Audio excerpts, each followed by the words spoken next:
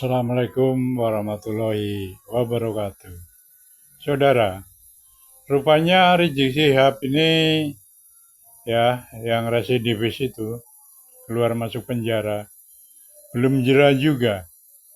Setelah bebas, setelah bebas, Rizik Syihab itu bukannya sadar, termenung dan introspeksi, tapi tambah ugal-ugalan. Di setiap ceramahnya selalu bersifat provokasi, memfitnah, mencaci maki, memprovokasi, mengajak mukibinnya supaya marah kepada orang yang berseberangan dengan Rizik Syihab. Bila perlu, kata Rizik Syihab, perang bawa golok, bawa parang, bawa pedang dan sebagainya. Ini adalah otak-otak jiwa yang tercemar atau jiwa yang rusak. Bisa jadi sudah sakit jiwa. Sepertinya Rizik Syihab sudah kepengin menikmati nasi aking di bui ya. Istilahnya kepengin masuk kandang lagi nih. Oke, kita lihat videonya yuk. Karena tidak bisa menjawab tesis Kiai Iman, akhirnya kelompok Habib-Habib Ba'alwi ini sekarang sudah mulai bikin narasi-narasi yang provokatif, memprovokasi masyarakat agar bertindak anarkis. Assalamualaikum warahmatullahi wabarakatuh. Kembali lagi di channel AADJ. Salam cerdas, akal sehat. Karena tidak bisa menjawab tesis Kiai Iman, akhirnya kelompok Habib-Habib Ba'alwi ini sekarang sudah mulai bikin narasi-narasi yang provokatif, memprovokasi masyarakat agar bertindak anarkis. Kalau mereka punya panggung, bubarin. Saya tanggung jawab dunia akhirat. Siap bubarkan. Mereka masuk kampung kita, usir. Dan ini artinya bahwa Habib-Habib Ba'alwi ini sudah mulai main-main dengan hukum positif di Indonesia.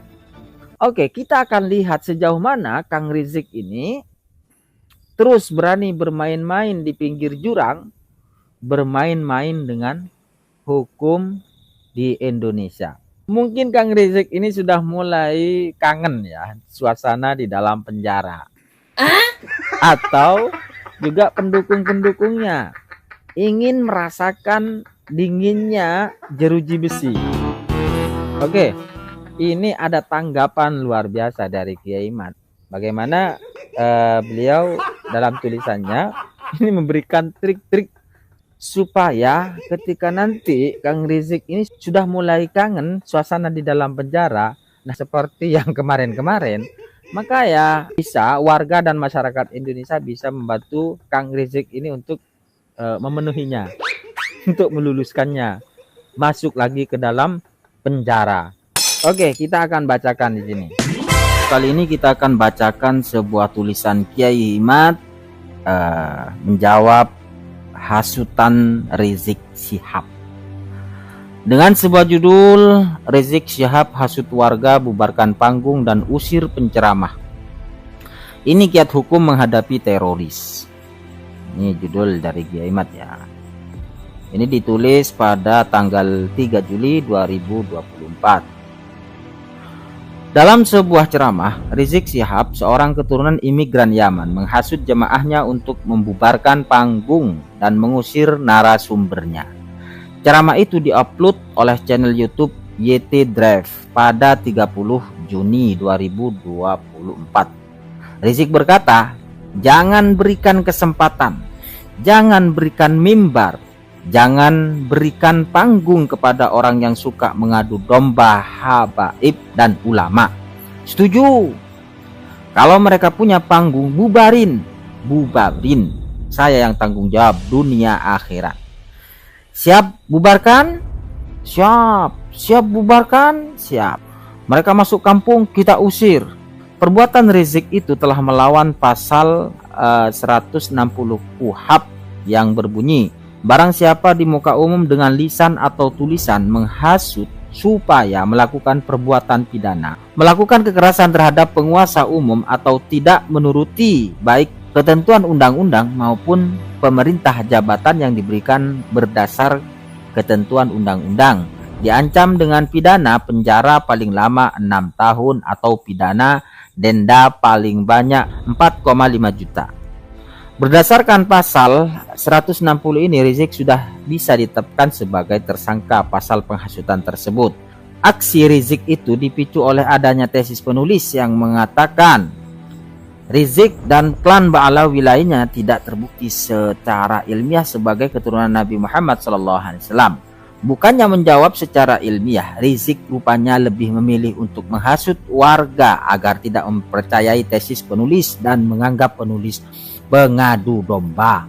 Walaupun bagi penulis yang dilakukan Rizik itu hal yang wajar, tetapi bagi warga yang dilakukannya itu bisa menjadi teror.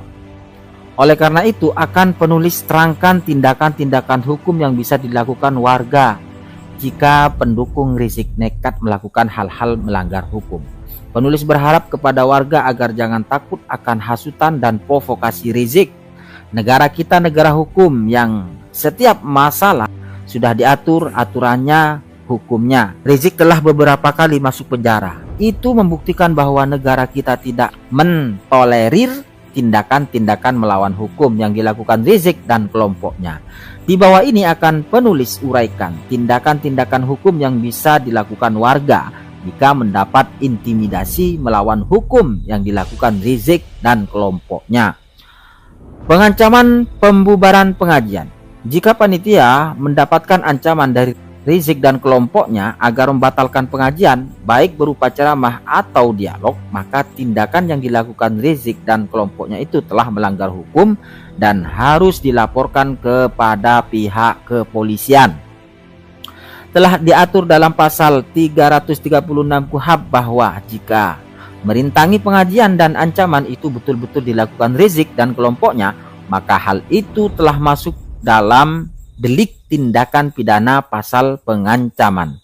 Tindakan itu diancam dengan hukuman 5 tahun penjara.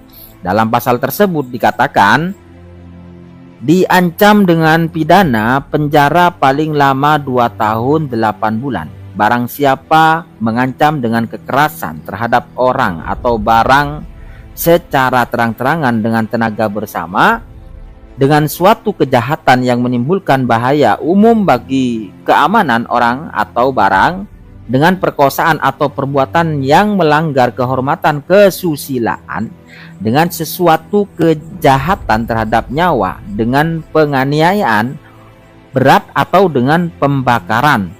Bila mana ancaman dilakukan secara tertulis dan dengan syarat tertentu, maka dikenakan pidana penjara paling lama 5 tahun.